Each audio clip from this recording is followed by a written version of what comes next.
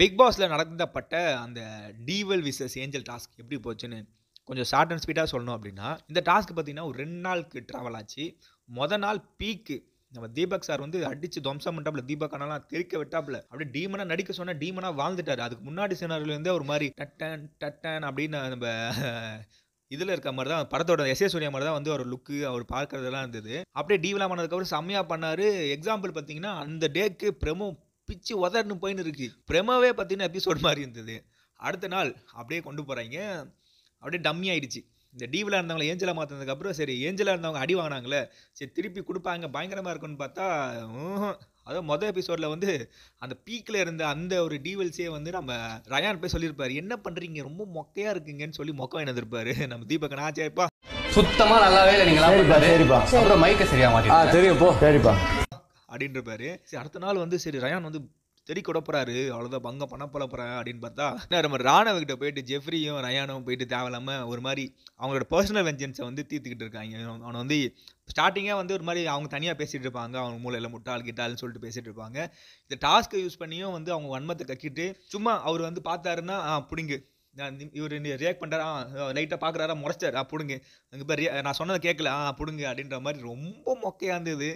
அது இல்லாம மொக்கையின் மொக்கம் உச்ச கட்டத்துக்கு கொண்டு போனாய்ங்க. என்னடா பண்றீங்க அப்படின்ற மாரி இருந்தது.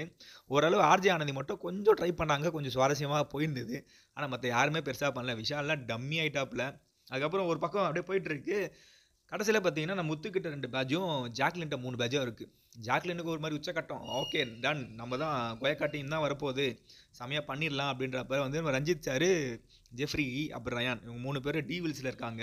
இப்போ ஏஞ்சல்ல வந்து சௌந்தர்யாவும், ஜாக்லின் இருக்காங்க.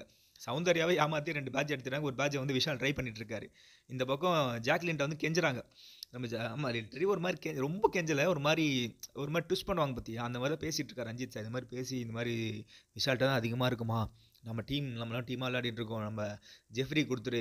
இந்த நாமினேஷன் ஃப்ரீ பாஸ் வந்து இவனுக்கு போட்டோம். அப்படி இப்படின்னு அவரோட ஸ்ட்ராட்டஜி. அவர் ஏதோ பண்ணிட்டு இருக்காருன்னு வச்சுக்கோ. அந்த இடத்துல ட்ரிகர்லாம் ஆவல. ஜாக்லின் அப்படியே பொறுமையா கேட்டுட்டு இருக்காங்க. கியூட்ன்ற பேர்ல வந்து ஒரு மாரி பண்ணாங்க. ரொம்ப பார்க்கறதுக்கு சைக்கிக்ல. அப்புறம் குடுத்துட்டாய்ங்க. ஒரு பேட்ஜை குடுத்துட்டாய்ங்க. சரி போயிட்டு வந்து காமிச்சதுக்கப்புறம் எனக்கு ரியாக்ட் பண்ணல. நம்ம ஜாக்கு பாட்டு போட மாட்டாங்கங்கிற ஒரு கான்ஃபிடென்ட்ல உட்காந்துருந்தாங்க. பாட்டு போட்டாங்கன்னே அதான் ட்ரிகர் ஆயிட்டாங்க ஜாக்கு. ஐய்யய்யோ! என்னடா பாட்டு போட்டாங்க. நம்ம கிட்ட இருந்த 3 பேட்ச் வச்சு நம்ம அப்படியே நாள கடத்தி ஒரு மாரி கெத்தா ஆடலான்னு பார்த்தா, ஒண்ணு பிடிக்கிட்டாங்களேன்னு சொல்லி வெறுப்புல அப்படியே பிச்சு பெதறிட்டு கிளம்பி ஓடிட்டாங்க. தப்பே கிடையாது. ஒரு கேம்ல வந்து இது மாரி ரியாக்ட் பண்ண தப்பு கிடையாது. ஆனா வேர்ட்ஸ் விட்டாங்க பாருங்க. ரஞ்சித் சார் உங்கள நான் எப்படித்தம்மா வச்சிருந்தேன். அப்போ ஸ்தானத்துல இருந்தேன். நீங்க ஆடின 60 நாளுமே இதெல்லாம் தேவையில்லாத வார்த்தைகள். ஒரு மாரி லிட்டரலி வந்து இதுக்கு முன்னாடி இருந்த கொயக்கா டீம் வந்து ஒரு சவால்லாம் எடுத்திருப்பாய்ங்க. நம்மளாம் இதான் பண்ணணும், இப்படிலாம் பண்ணணும். நம்மளுக்குள்ள எவ்வளோ சண்டை இருந்தா நம்மளுக்குள்ள பேசி முடிச்சிடணும். 4 பேர் மத்தியில பேசக்கூடாதுங்கிறதெல்லாம் வந்து ஜாக்கை வச்சுக்கிட்டு போற வேண்டிய சபதமா இது. அது அடுத்த நாளே வந்து ஜாக் வந்து உடைச்சு நொறுக்கிட்டாய்ங்க. ஒரு ஜெஃப்ரிக்குலாம் ஒரு மாரி ஆயிடுச்சு. அதுக்கப்புறம் நம்ம ரயான் தான் போய் திருப்பி உடைஞ்சு போன அந்த கொயக்கா டீம் வந்து சேர்க்குறாரு. சேர்த்து உட்காருங்க என்னாச்சுன்னு ஜெஃப்ரிக்கு ஓரளவு புரிஞ்சுக்கிட்டாப்புல. புரிஞ்சுக்கிட்டு டேய் இதுக்கப்புறம் எவன் என்னை திட்டினாலும் அடித்தாலும் எவனும் வரக்கூடாது ஃப்ரெண்டுன்னு சொல்லிட்டு நானே பார்த்துக்கிறேன். தனியாக வந்தேன்னா நான் தனியாக இது பண்ணுறேன்னு சொல்லி போயினான். சரி ஓகே பக்கா கொயக்கா டீம்லேருந்து ஜெஃப்ரி தப்பிச்சிட்டான். இதுக்கப்புறம் பேக் டு ஜெஃப்ரியோட கேமை பார்க்க போகிறோம் அப்படின்னு எதிர்பார்த்துட்டு இருக்கப்ப நம்ம ரயான் விடுவாரா, ஜாக் விடுவாங்களா, ஜாக்கோட கையாட்டி பொம்மையாக தானே ரயான் இருக்காரு.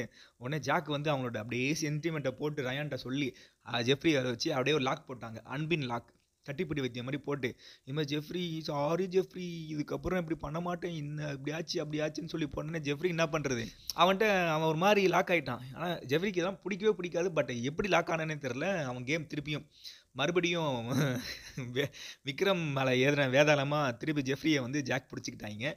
அப்படியே மறுபடியும் கொண்டு போனாங்க. அப்புறம் பாட்டு ஒன்று போட்டாங்க பாருங்க.